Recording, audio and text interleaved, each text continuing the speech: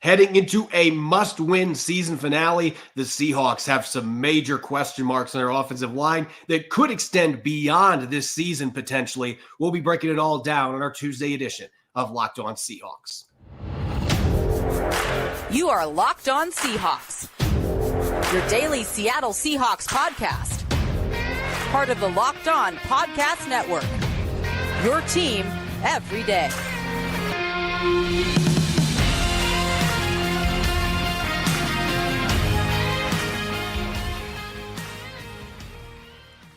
Greetings, 12. This is Corbin Smith, host of the Locked On Seahawks podcast, your daily Seahawks podcast, part of the Locked On Podcast Network, your team every day. Glad to be joined on today's episode by my co-host in crime, Rob Rang, and a special thanks to all the 12s out there.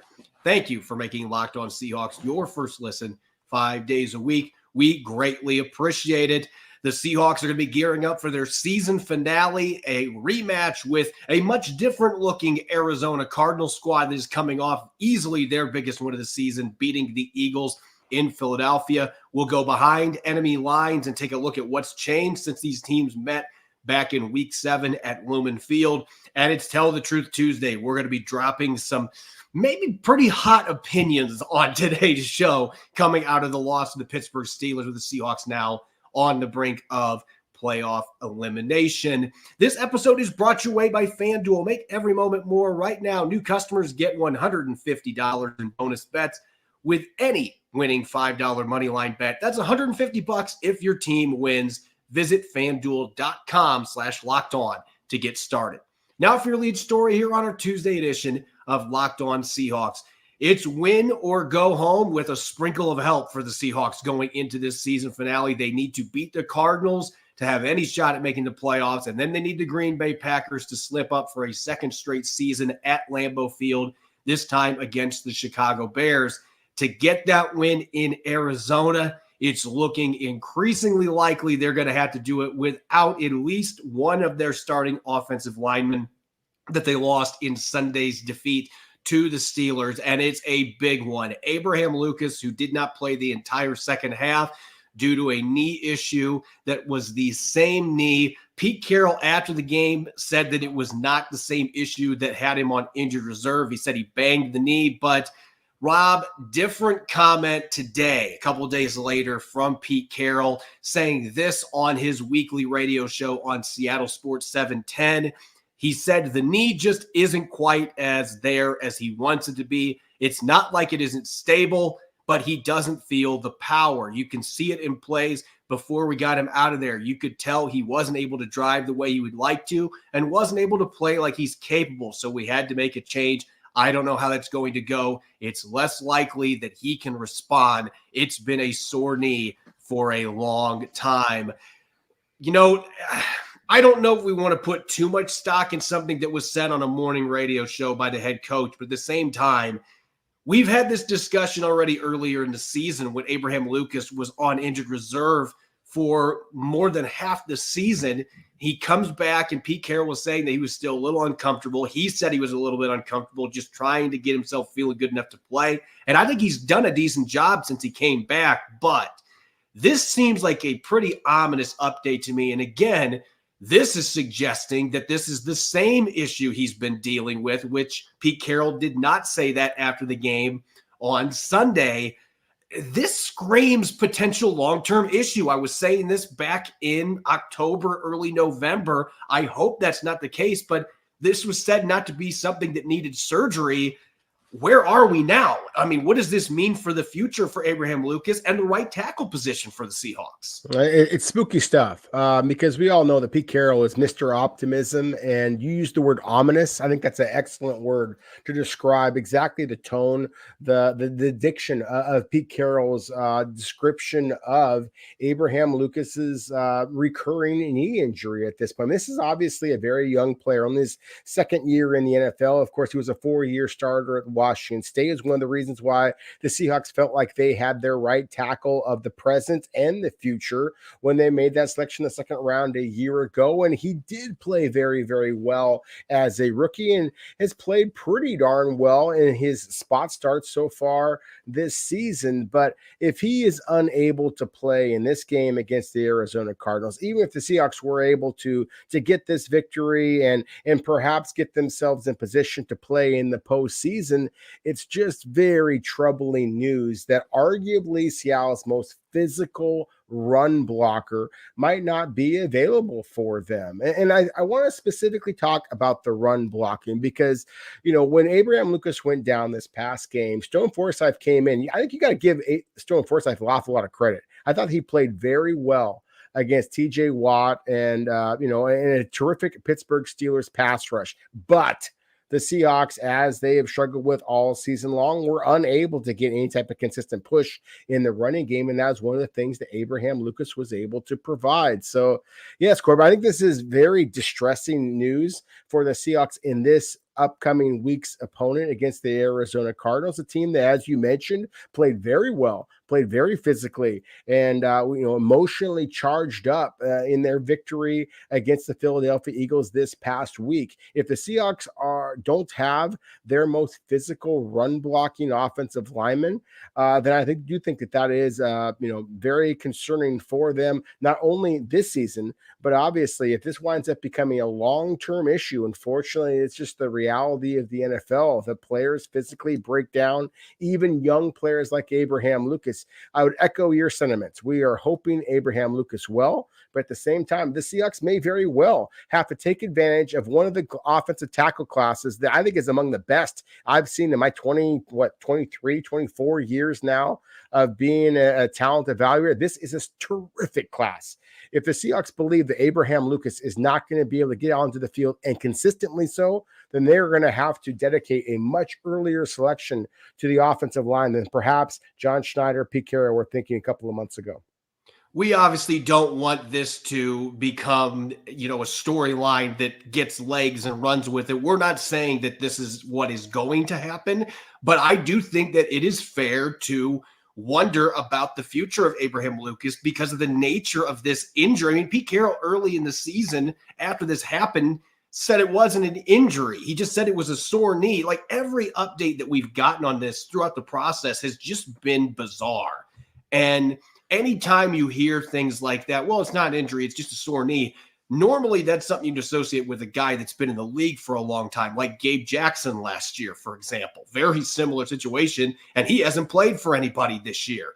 So having a second-year tackle dealing with that kind of an issue, and maybe it is something this offseason that they will be able to get calmed down to the point that it isn't going to be a problem anymore. But this seems worrisome because it seems like it is one of those chronic things that they can't fully get healed up, and it's going to be a problem throughout his time playing football from here on out. I hope that's not the case, but for this game, it's a huge deal against the Cardinals.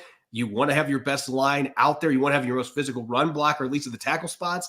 And right now, it's not looking good that they are going to have him available for this game. If they make the playoffs, who knows? But not looking good with that knee continuing to act up. On the plus side, we don't know if Evan Brown is going to be available this week. He's a game-time decision, but Pete Carroll said he's made good progress the 2 days since suffering that concussion against the Steelers. So there may be a better chance that he is out there. If not, Olu Oluwatimi will get the start in this potential playoff clinching game against the Cardinals. But at least there appears to be hope there. Reading through Pete Carroll's words, and maybe he'll have a different update tomorrow, but reading through his words today, it doesn't look good for Abraham Lucas to be available. And who knows what that means moving forward. As you mentioned, this is a very good tackle class.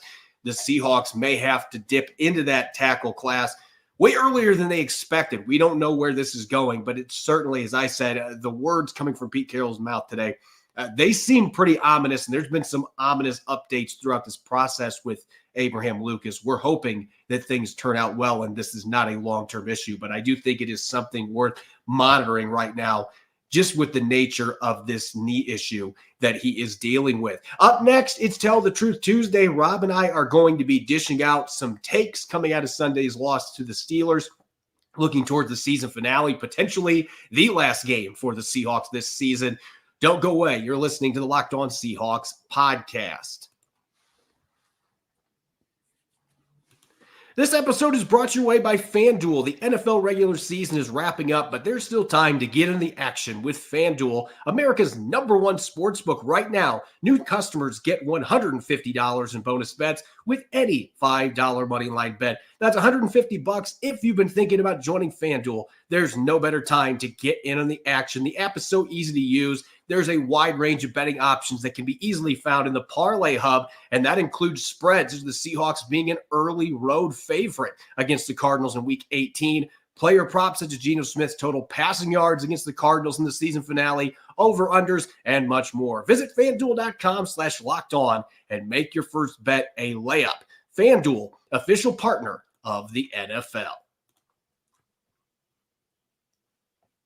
You're listening to the Tuesday edition of Locked On Seahawks. I'm your host, Corbin Smith. Glad to be joined, as always, by my co-host in crime, Rob Rang. And a special thanks to each and every one of the 12s out there, whether you're listening in Cheney, Washington, or over in my hometown of Auburn, Indiana. We greatly appreciate each and every one of you for making Locked On Seahawks your first listen 5 days a week. It's Tell the Truth Tuesday, and sometimes we have these episodes, Rob, coming off losses where we are able to bite our tongue a little bit and, look at some of the positives. And I think there will be some positives here, but it's difficult when you're coming off an ugly loss like the one the Seahawks had to the Steelers on Sunday, when your playoff hopes are on the brink.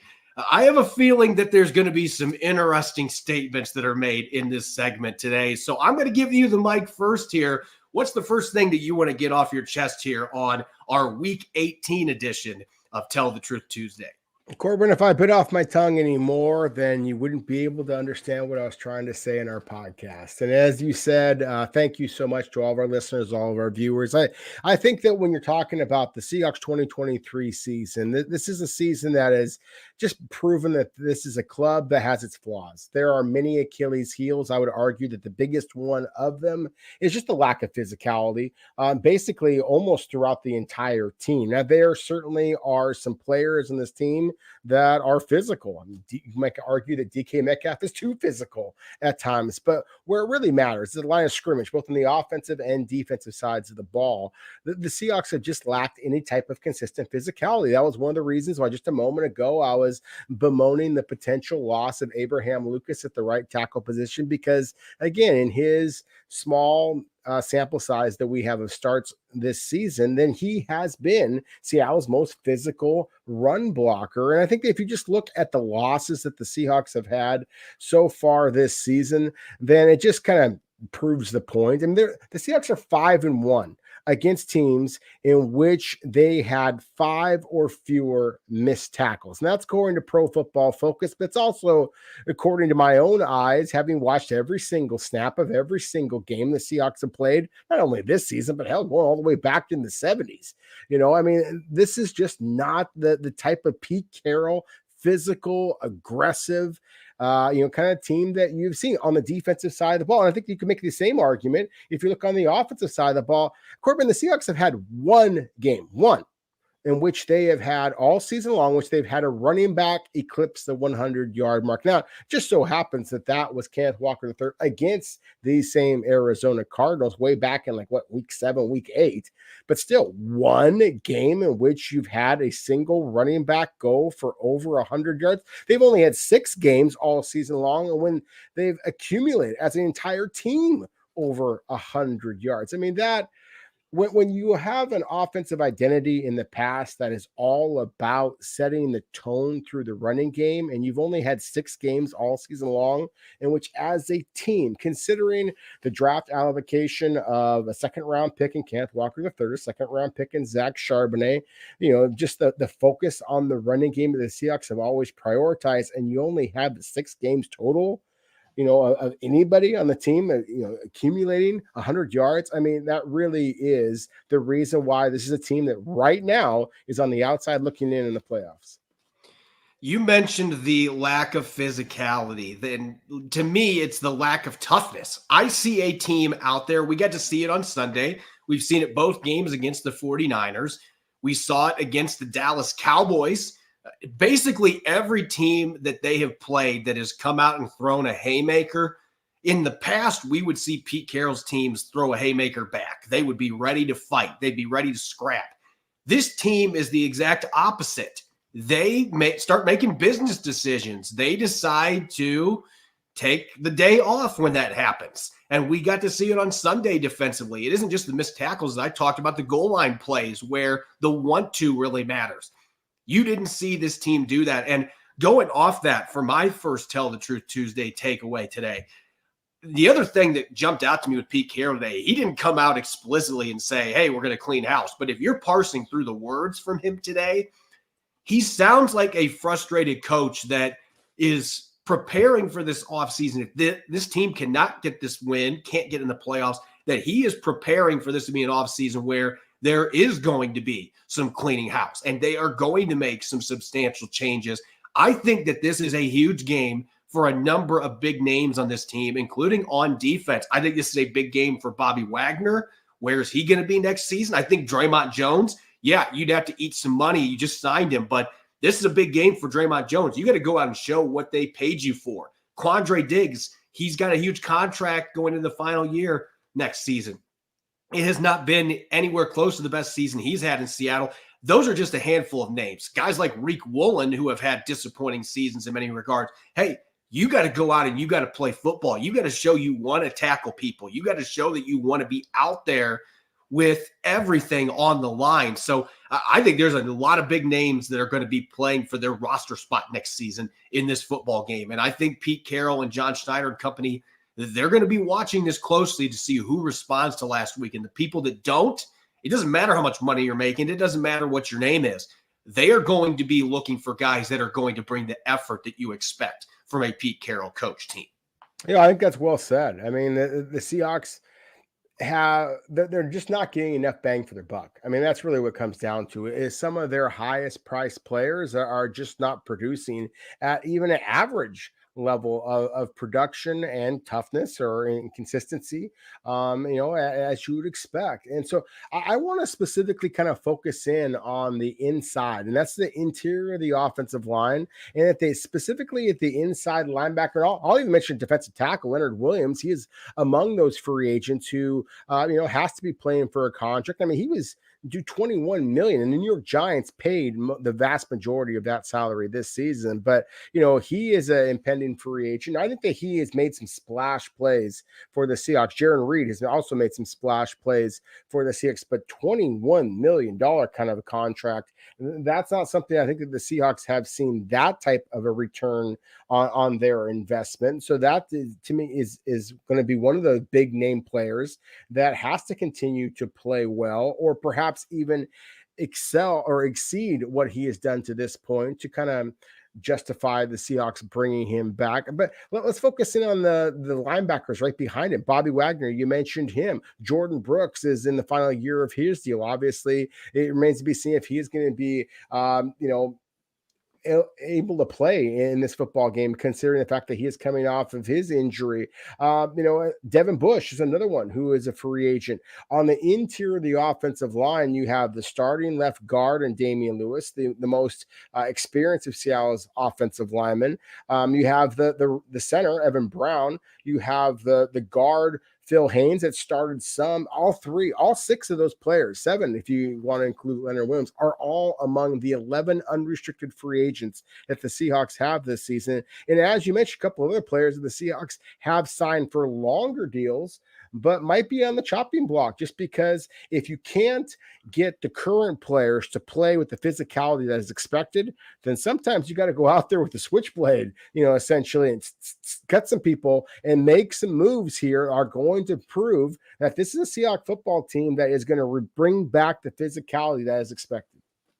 One name that is not on the chopping block, or at least should not be. I know that a lot of 12s out there have been mentioning Geno Smith's contract, and yes, the cap hit is going to be north of $30 million next year. There are things the Seahawks can do, though, to massage that. They could even try to talk to Geno Smith about adding an extra year to his contract and trying to move some of that cap hit. There are things they can do. He wants to be in Seattle, but this is building off yesterday, and I believe this 110%.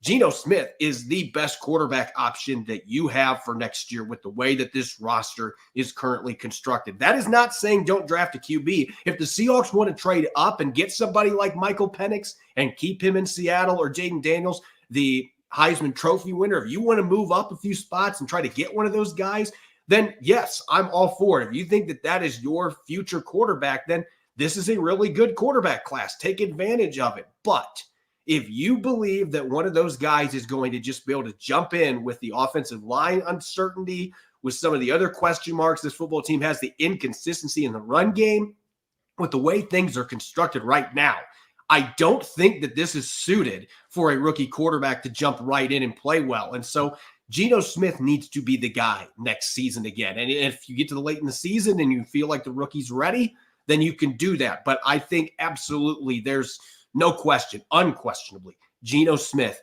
is the best quarterback option for the Seattle Seahawks next season. You could maybe make an argument for the next couple of seasons, depending how he plays next year. But those that are asking for another QB, be careful what you wish for.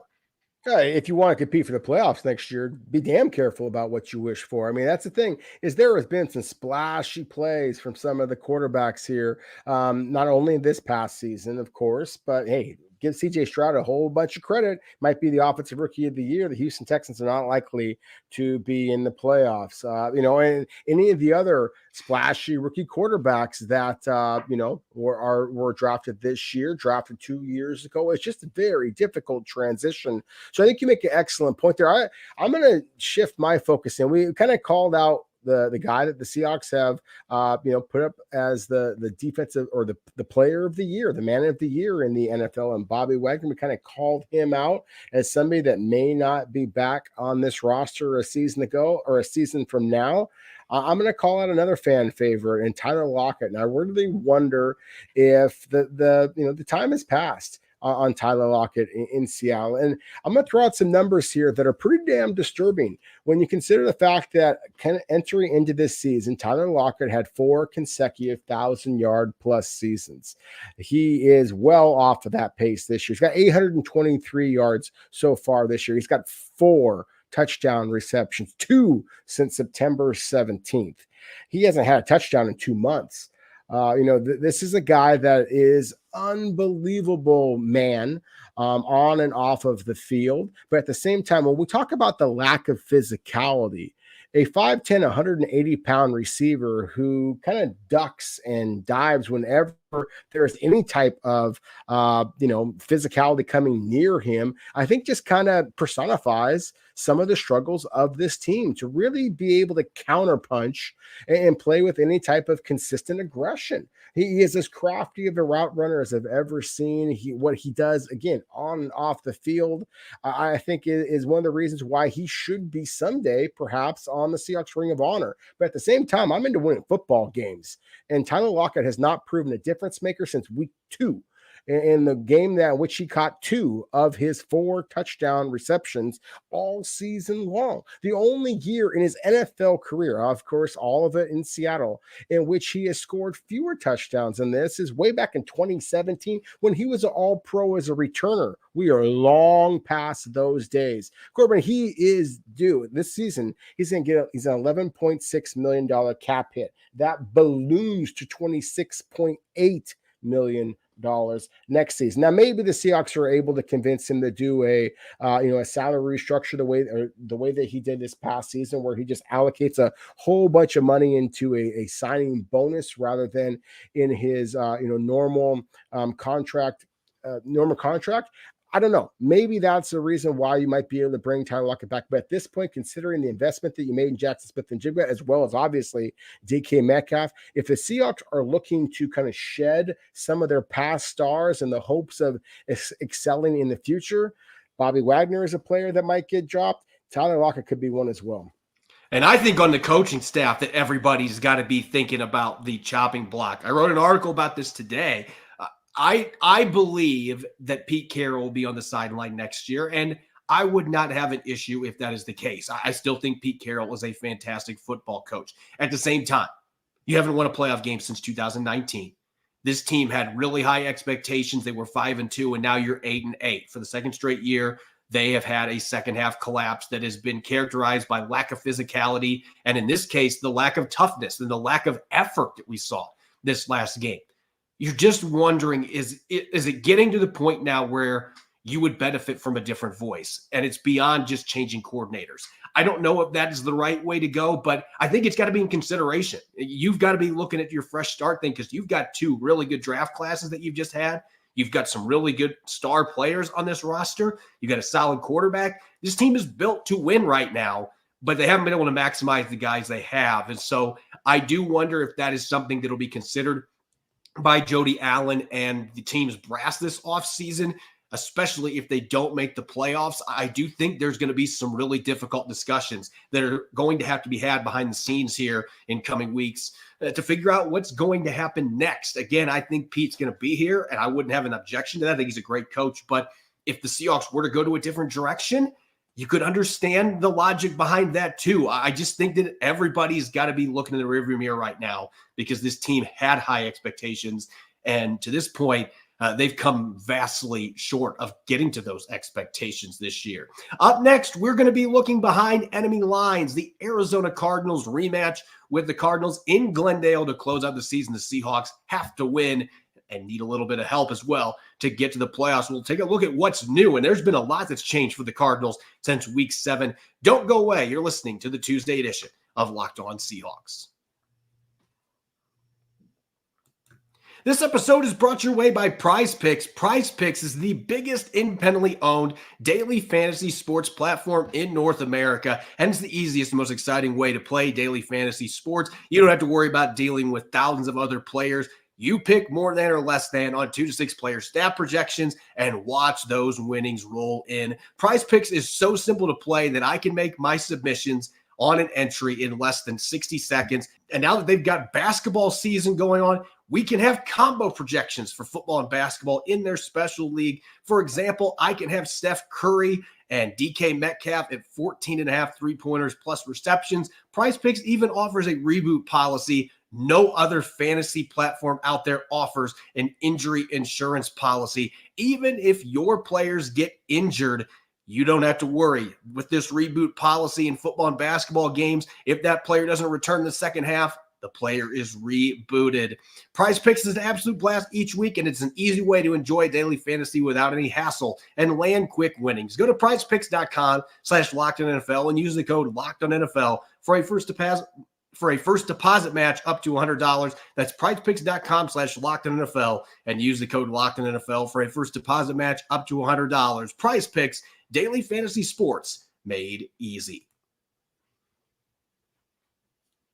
You're listening to the Tuesday edition of Locked On Seahawks. This is your host, Corbin Smith. Glad to be joined, as always, by my co-host in crime, Rob Rang. Hey, 12's out. Thank you for making Locked On Seahawks your first listen 5 days a week. It is truly crunch time for the Seahawks. Their playoff chances taking a major hit by losing to the Steelers on Sunday, but they still have a chance to get into the dance. They need to beat the Arizona Cardinals, take care of their own business, and hope the Chicago Bears can beat the Green Bay Packers at Lambeau Field to close out the season. Speaking of those Cardinals, we mentioned it earlier, Rob. They are coming off of easily the biggest win of the season, of the Jonathan Gannon era. This team is playing really hard for Jonathan Gannon right now, and they've had a lot of injuries. They've let go of some players. They've traded some players. I mean, this roster looks way different than the one that the Seahawks faced off against in Week 7, and that game was not easy. The Cardinals punched them in the mouth a few times, but they didn't have enough talent to win that football game. And even with some of the injuries, Marquise Brown being an injured reserve, for example, there's been some good players that have been released. Zach Ertz was released at his wishes, so they've lost some key players, and it hasn't mattered because Kyler Murray's back in action, and he's playing as well right now as I have seen him play these last couple of weeks for the Cardinals, and was a big reason that they were able to engineer that upset in Philadelphia. Yeah, and that's the biggest thing is I know it's low hanging fruit, but the reality is that the Arizona Cardinals did not have Kyler Murray at quarterback when the Seahawks were able to beat him 20-10 back in Week 7. They now do have, and they didn't have the running back James Conner available either. And so the fact that, at least in my opinion, those are the two best players on offense that the Arizona Cardinals have. The fact that that was a more competitive game than a 20-10 victory by Seattle at Lumen Field would suggest, just in the difference in points scored, that was a physical game. And as you said, the Cardinals are playing hard for Jonathan again. Now, I do think you have to throw the emotional factor into it. I mean, the Cardinals just beat the Eagles. Jonathan Gannon was the former defensive coordinator for the Eagles. And so he got his team, his current team, the Cardinals, rallied up to go against his old guys. And so that's just a tip of the cap to Jonathan Gannon and the Cardinals. I don't know they're going to be able to match that same type of emotion and physicality which against Seattle that they demonstrated against Philadelphia. But I don't know if they won't be able to do that. They want to play that spoiler role. They are playing good football right now. They do have a good rookie class, led by, in my opinion, at least, the offensive tackle, Paris Johnson, and then the wide receiver, Michael Wilson, who, again, we know the Seahawks have struggled to contain big, tall, fast wide receivers. Obviously, George Pickens just ate Seattle alive in this past game, and Michael Wilson might be able to do exactly the same kind of thing. I mentioned before in the first segment here about how the Seahawks were 5-1 against teams in which that they had 5 or fewer missed tackles. Corbin, they had 8 missed tackles against the Arizona Cardinals team back, a couple of months ago. And that, again, was without James Conner, who is among the most physical running backs in the NFL. The 2 games in which the Seahawks defense was the most woeful was against, in my opinion, at least, the 2 most physical teams that they played so far this season. The Baltimore Ravens, in which they had 14 missed tackles, according to Pro Football Focus, and 15 missed tackles against the Pittsburgh Steelers in this latest, disheartening loss. I think that it's very possible that the Arizona Cardinals, a refreshed, rejuvenated Arizona Cardinals team, may provide the punch to the mouth of the Seahawks camp that simply cannot withstand. Yeah, they had a massive game running the football on the Eagles this last weekend. I believe they eclipsed the 200-yard rushing mark as a team. And this is the thing. You would think that Kyler Murray would have had a big part in that. Kyler Murray didn't have many rushing yards in this game. It was the running backs. It was mixing in Rondale Moore with his ability on jet sweeps and tosses that you can do with him. But it was really the running backs. James Conner is one of my favorite running backs in the NFL right now. I just love the hard-hitting style. Obviously, an incredible story, what he's overcome to get into the NFL, beating cancer and the things that he has done. But he missed that first game, and the Cardinals missed him badly. And he's had a lot of success against the Seahawks in the past. And, oh, by the way, he's a former Pittsburgh Steeler running back. He runs like a former Pittsburgh Steeler running back. We saw the Seahawks struggle with the current Pittsburgh running backs. James Conner is very similar to Najee Harris in the sense that he is going to push the pile. He is going to fall forward. He's going to break arm tackles if you don't square him up. He is a fantastic running back that also has decent pass catching skills as well. So I think his return is arguably just as big for this game as what Kyler Murray's is, because this offense, we mentioned it in the first matchup between these teams. I thought the Cardinals offense was really going to struggle without James Conner because I feel like he is the heartbeat. He's kind of like what Marshawn Lynch was for those Seahawks offenses when this team was making runs deep in the playoffs. That running back that takes the pounding, delivers the pounding, and does all the things well that really round out the offense. That's James Conner with this football team. And you also mentioned the rookie class. Paris Johnson had kind of a rough game in week 7. Boy, Mafe was eating him up. Can he do it again? That's going to be the question. Johnson's been playing much better as this year has progressed. BJ Ojulari, their second-round pick out of LSU, he was largely a non-factor the first half of the season. He has really picked up his game. He's now up to 4 sacks, a guy that can create issues with his speed, his burst off the edge. And then another draft pick worth noting, Garrett Williams. He was still recovering from a torn ACL that he suffered at the end of his college career at Syracuse. His play led to Marco Wilson, who was a starter at the beginning of the year, being released. The Cardinals cut him. And Garrett Williams has started 6 games now. He's got an interception. He's been one of those young guys that has stepped in for this defense that has really helped them play at a much higher level. So this is a really intriguing draft class for the Cardinals that early in the year they weren't getting much return from. And now you look at this group, Michael Wilson's been the constant, but they are getting great play from the rest of this group. And that makes this a frightening matchup for the Seahawks when you consider how they played last weekend and the issues they've had with physical teams. This is a physical Cardinals football team that I expect is going to come out. They're going to be licking their chops after seeing what the Pittsburgh Steelers did, and they're going to be trying to emulate that. And oh, by the way, they have a much better quarterback than what Pittsburgh brought with them to Lumen Field. No, they really do. And that to me is what, really this game comes down to is there are a number of players that the Cardinals have on their roster, as we talked about. I mean, it's basically had the turnover, but it's the Kyler Murray, Kyler Murray and James Conner factors to me are the most concerning for the Seahawks because these are young, physical, aggressive players, and they're kind of showing the heart that frankly not enough Seahawks are matching that type of effort. So that's what is going to be interesting in this matchup to see if the Seahawks are able to match the physicality that the Cardinals provide. As always, you can follow me on Twitter and X, or on X and Threads at Corbin Smith NFL. You can follow Rob at Rob Rang. Subscribe and follow Locked On Seahawks on YouTube and wherever you get your podcast to make sure you don't miss a single episode. Coming up tomorrow, it's Matchup Wednesday. As we talked about, there's a lot of new players for the Cardinals, so we may have some different matchups to break down heading into this season finale rematch in Glendale. You won't want to miss it. Thanks for listening in and enjoy the rest of your Tuesday. Go Hawks.